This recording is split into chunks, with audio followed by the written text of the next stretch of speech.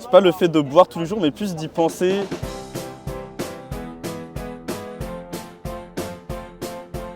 Il existe des astuces pour éliminer l'alcool rapidement. Je pense que cela est vrai et ça dépend des alcools. Ouais, faux. Bah, à part faire pipi. Moi j'ai un ami de mon père qui C'est dégueulasse de prend boire du des, café avec des des bonbons. Moi, je prends des gélules de charbon noir. Moi, ce que je fais quand je bois un peu, c'est entre, par exemple, chaque demi-pinte, je bois un grand verre d'eau. On m'a dit que boire de l'huile d'olive, ça aide. De l'huile d'olive. Genre C'est avec dégueulasse, l'alcool ouais, test, j'ai tu déjà le vois vu pas. ça, ouais. Sur cette question, ce qu'il faut retenir, c'est qu'il n'y a aucun produit pour accélérer l'élimination d'alcool. C'est la raison pour laquelle, lorsque vous avez consommé, vous prenez le volant, vous passez devant un gendarme et vous fait souffler, il saura quelle est la quantité d'alcool que vous avez ingéré. Donc là-dessus, ces astuces ne marchent absolument pas. Ce qui marche, ce qui est différent, c'est comment vous allez résister le lendemain. Comment vous allez vous lever avec ou non un mal de crâne, un mal au ventre ou des brûlures gastriques ou des choses de cette nature. Mélanger l'alcool à un jus de fruits ou un soda limite les risques. 100% faux. Non. Bah non, c'est la même quantité d'alcool. Alors les diluants généralement, surtout si c'est un jus de fruits, c'est plutôt pour le goût. On Pas met top. l'équivalent d'un shot d'alcool dans un verre de jus de fruits, c'est exactement pareil si on buvait le shot sans jus de fruits. Oh bah là-dessus, ils ont raison aussi. Et lorsque vous avez une quantité, un titrage d'alcool, quantité d'alcool dans un contenant et que vous le diluez avec un jus de fruits ou je ne sais quel autre liquide, ça ne diminue pas les effets de l'alcool. Pire, ça peut même faciliter une consommation d'alcool plus importante parce que le goût est plus facile et plus sucré. Je n'ai pas de problème avec l'alcool si je ne bois pas tous les jours. Bah tous les jours, mais C'est pas si ouf, c'est tous hein. les 2 jours, c'est quand même problématique. C'est pas le fait de boire tous les jours, mais plus d'y penser. Je considère que l'alcoolémie, ça se mesure pas à la fréquence, mais potentiellement au besoin derrière de boire. Si c'est associé à un sentiment, négatif, je pense que là, on tombe déjà dans l'alcoolémie. Puis je trouve que c'est un peu un prétexte pour un peu minimiser l'alcoolisme, alors qu'en réalité l'alcoolisme c'est pas parce qu'on boit, oui c'est vrai, c'est parce qu'on boit tous les jours, mais je pense qu'il y a d'autres manières d'être alcoolique. C'est pas le fait de boire tous les jours qui fait de nous une personne qui a un problème avec l'alcool ou alcoolique. Mais c'est un critère qui pèse. En revanche, ce qu'il faut avoir en tête, c'est la manière avec laquelle on entretient la relation avec l'alcool. C'est-à-dire y penser, ou bien lorsque vous consommez, vous perdez assez rapidement le rapport de liberté vis-à-vis de la consommation.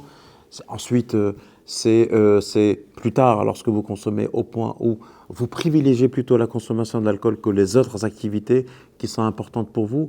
Et puis là, petit à petit, on passe d'un abus à un usage nocif, ou d'un usage nocif à un abus, et de l'abus à la dépendance. Et là, c'est facile, n'importe qui peut poser le diagnostic. Boire un verre de vin par jour est bon pour la santé. C'est ce qu'ils disaient en 1950, donc ça doit être vrai, comme les clopes.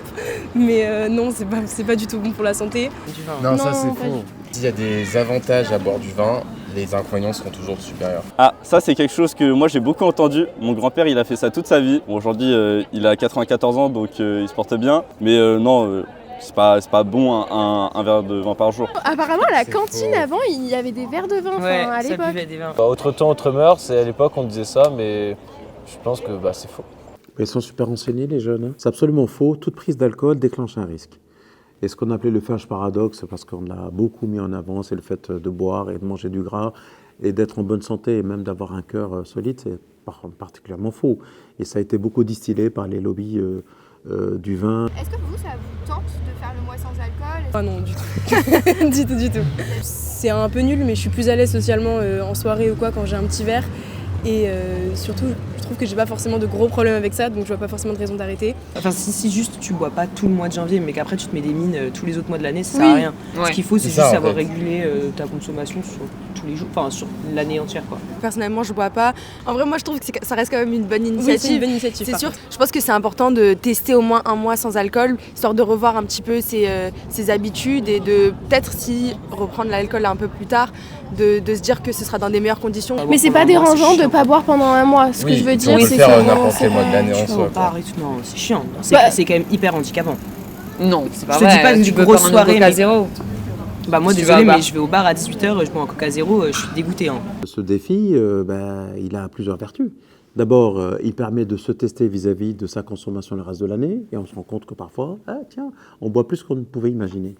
Il permet de souffler, de mieux dormir, on l'a dit tout à l'heure, de faire des économies, de perdre un peu de poids, de réguler sa tension artérielle, un certain nombre de critères qui évidemment sont plus importants quand on est un gros consommateur. Donc ce n'est pas inutile. Et surtout, il ne s'adresse pas aux personnes qui ont des problèmes d'alcool. Il s'adresse à monsieur et madame tout le monde. On peut se dire, tiens, je reprends ma liberté. Non, il est exclu de que je sorte prendre un coca. Oh, ben pourquoi pas.